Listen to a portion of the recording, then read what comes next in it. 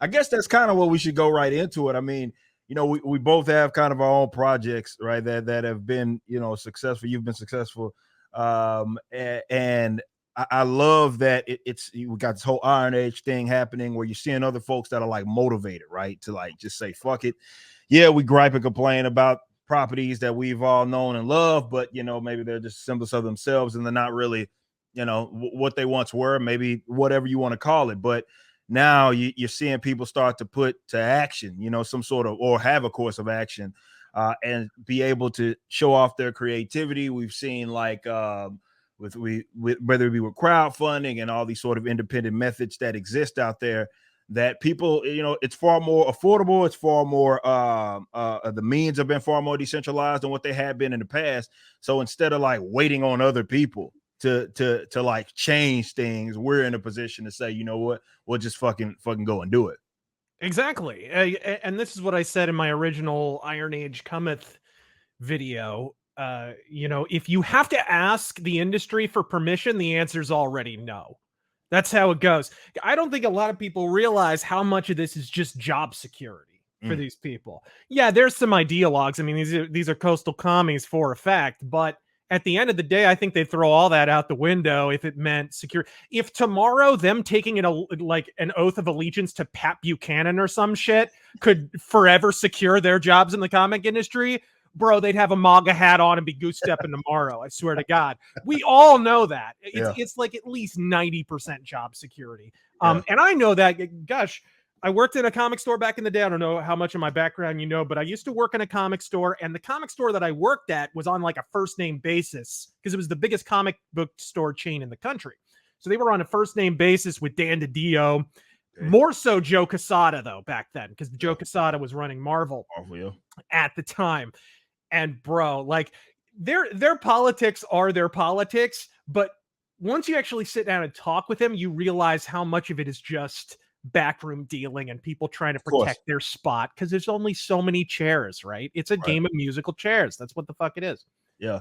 100%. Like, I just did a video talking about kind of like the history of comic books and like as far as the more economic medium, we talked about like direct market setup and how, definitely as it started to form and become the industry standard, how, it really, if you just got down to the nitty gritty and really looked at everything, it didn't even fucking make sense economically.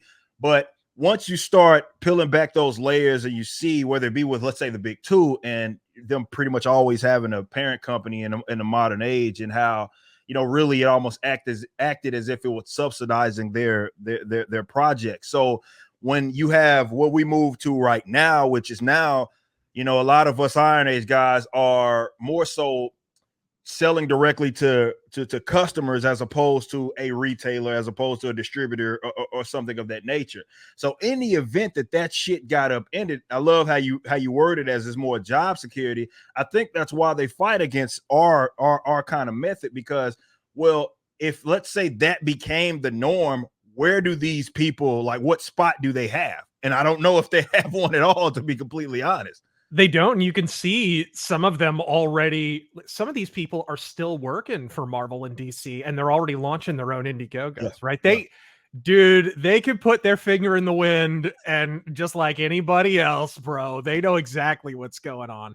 But it's the politics behind the scenes. I mean, gosh, I don't know if you saw yesterday, or maybe the day before, Dan DiDio was interviewed by John De La Rose. De La Rose, and got canceled by by who was it? Like, he got canceled by a bunch of DC artists, a bunch of DC writers. Jamal Igle was the latest. And I was like, I was on Side Scrollers the other day. I was like, Jamal, you can't cancel Dan DiDio. He's not one of your books. That's literally where these people are at. They're canceling people while their own books are getting taken off the shelves. How many? I mean, the thing that the tail of the tape to me is how many books are Marvel and DC even publishing now compared to even 5 years ago, 6 years ago? Yeah. Because demand's going to tell you, you're learning this, right? Yeah. You're slowly unfurling one title at a time organically as the demand sets out that you should do it. And eventually you'll hit the upper limits of that demand. Yep. You'll pull back, maybe add some more. This is That'll how the work. comic industry used to work, Yeah. people. Yeah. Yeah.